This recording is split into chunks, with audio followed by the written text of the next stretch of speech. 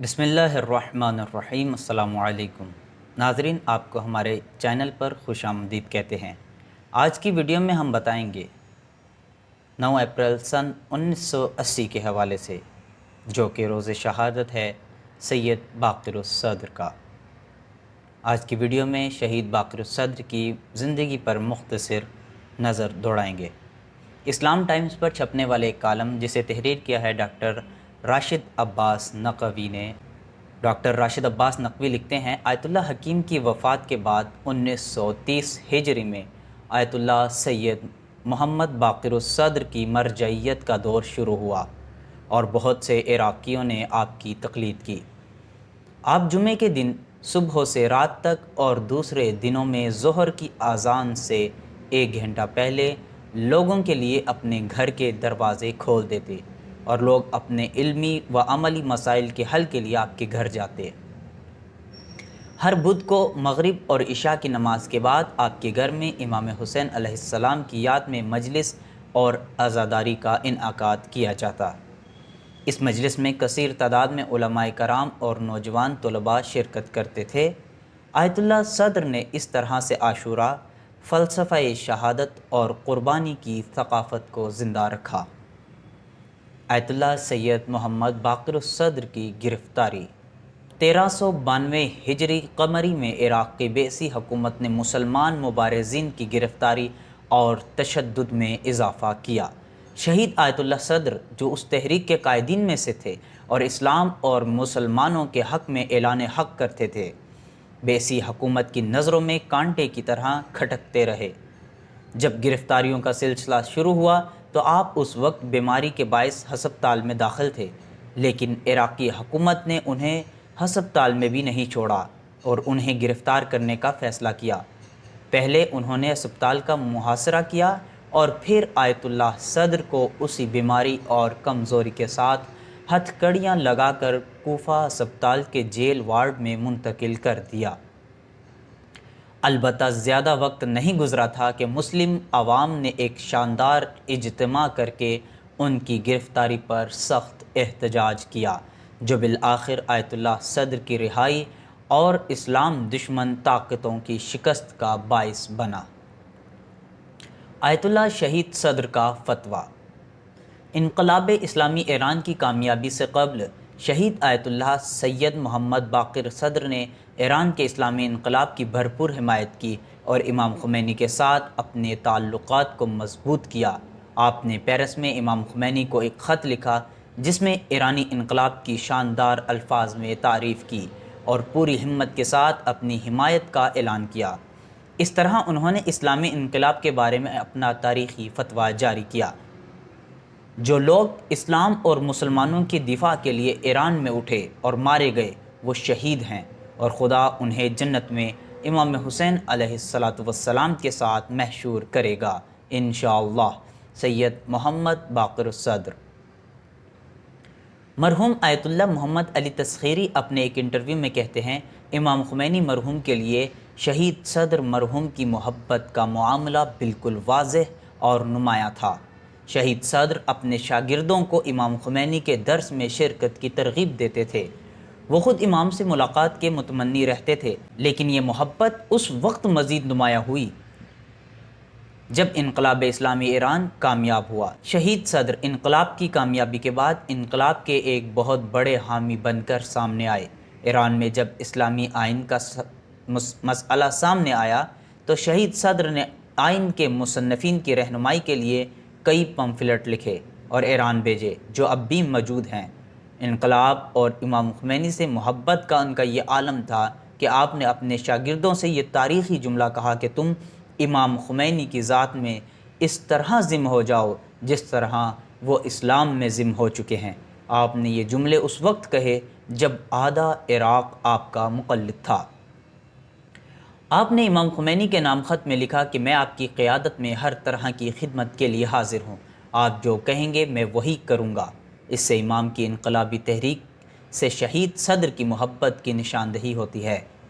شہید صدر کے شاگرد مرحوم آیت اللہ محمد علی تسخیری مزید کہتے ہیں کہ میں جانتا ہوں کہ شہید بہشتی، مرحوم شہید مطہری اور انقلاب کے بہت سے رہنما اور امام کے شاگرد شہید صدر سے محبت کرتے تھے، حالانکہ ان میں سے بعض نے ممکن ہے کہ ایک دوسرے کو دیکھا بھی نہ ہو۔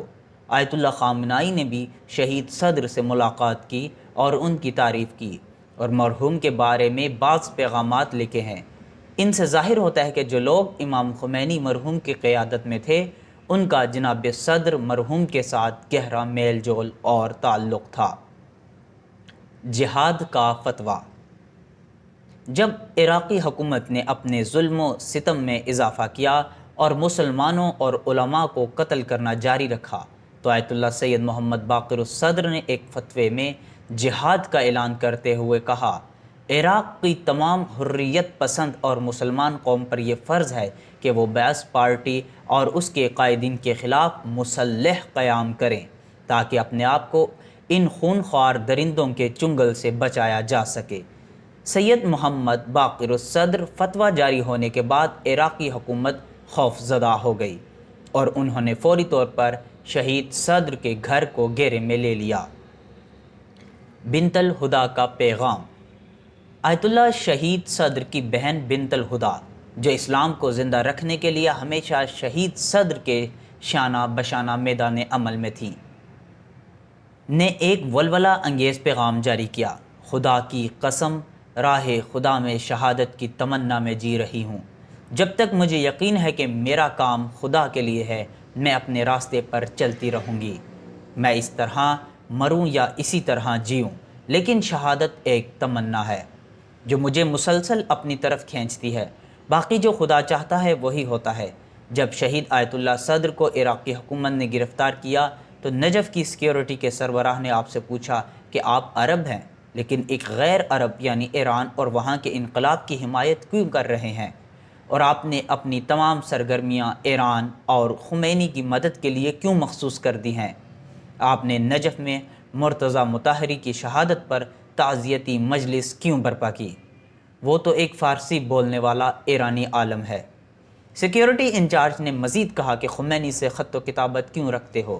آیت اللہ صدر نے غصے سے کہا، میں ایک مسلمان ہوں اور میں دنیا کے تمام مسلمانوں کے حوالے سے ذمہ دار ہوں اور مجھے اپنی عالمی ذمہ داری پوری کرنی ہے۔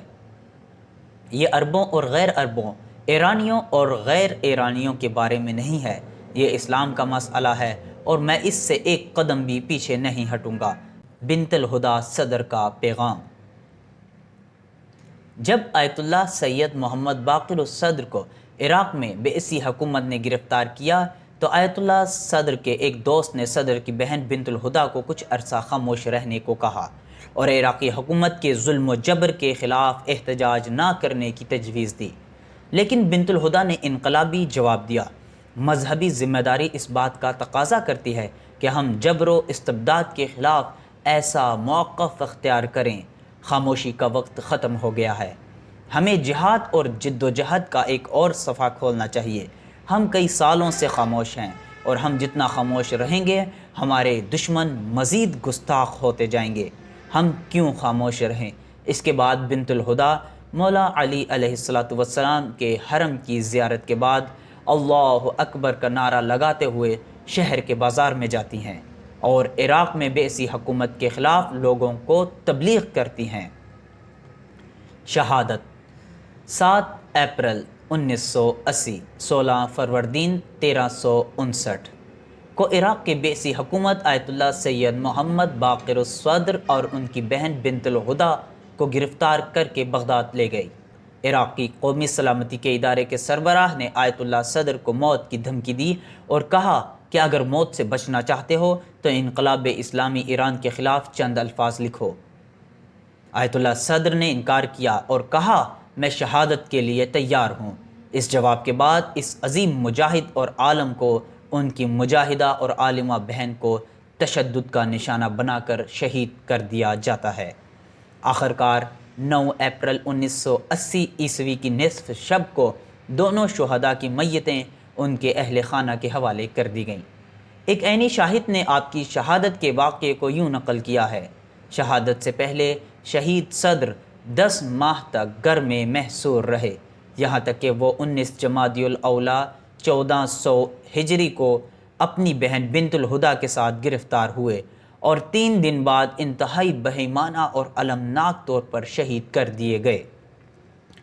کہا جاتا ہے کہ صدام نے خود اپنے ہاتھوں سے اس عظیم بھائی اور بہن کو شہید کیا اور بذات خود ان کے تشدد میں شریک ہونے کے بعد انہیں گولی مار دی۔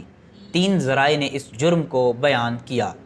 ان مآخذوں میں سے ایک شیخ محمد رضا النعمانی کی کتاب سنوات المحنہ و ایام الحصار میں ہے۔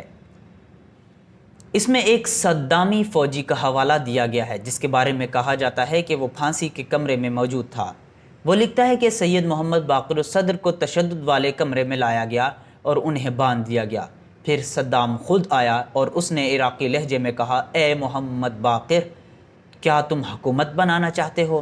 پھر اس نے پلاسٹک کے ڈنڈے سے مارنا شروع کر دیا اور پوری طاقت سے سید کے سر اور چہرے پر مارا۔ اس فوجی نے مزید کہا، سید اور صدام کے درمیان شدید زبانی جھگڑا ہوا جس سے صدام بہت ناراض ہوا اور اپنے آدمیوں کو سید پر سخت ترین تشدد کرنے کا حکم دیا۔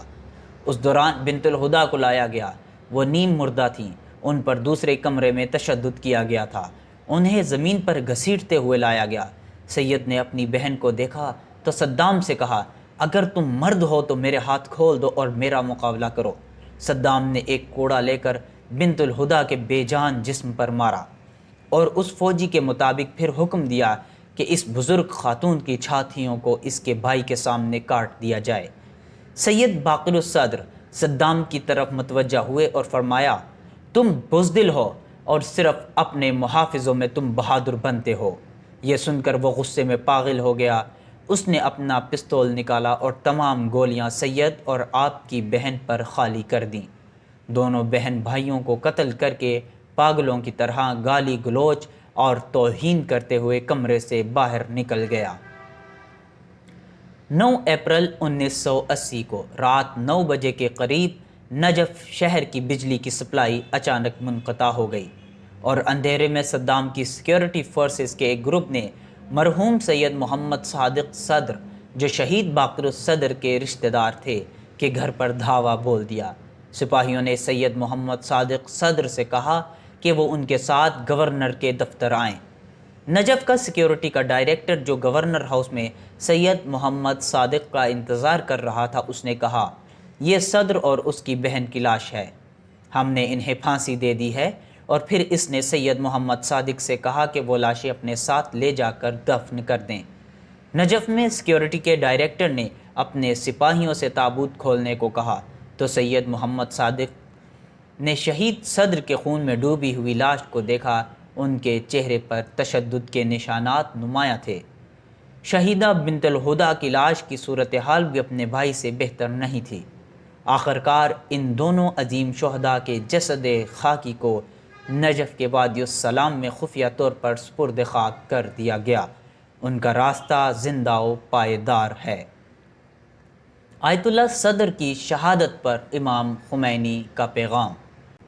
آیت اللہ سید محمد باقر الصدر اور ان کی عزیز بہن بنت الہدا صدر کی شہادت کے بعد امام خمینی نے اپنے ایک پیغام میں فرمایا، بسم اللہ الرحمن الرحیم، انا للہ و انا الیہ راجعون۔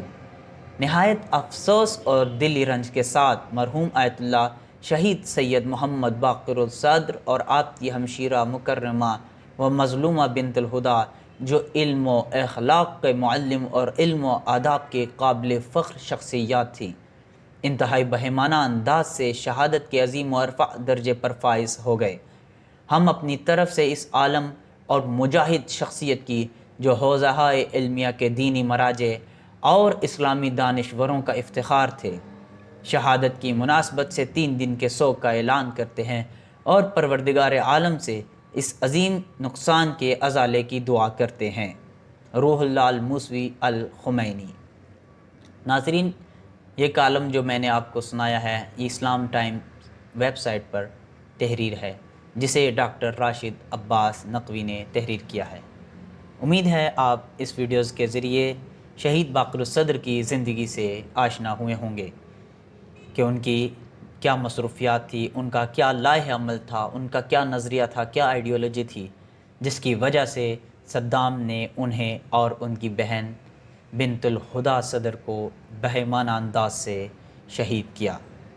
ناظرین، امید ہے آپ کو ویڈیو پسند آئی ہوگی، اور ایسی مزید اسلامک ویڈیوز کے لیے ہمارے چینل کو سبسکرائب ضرور کیجیے۔ والسلام علیکم ورحمۃ اللہ وبرکاتہ۔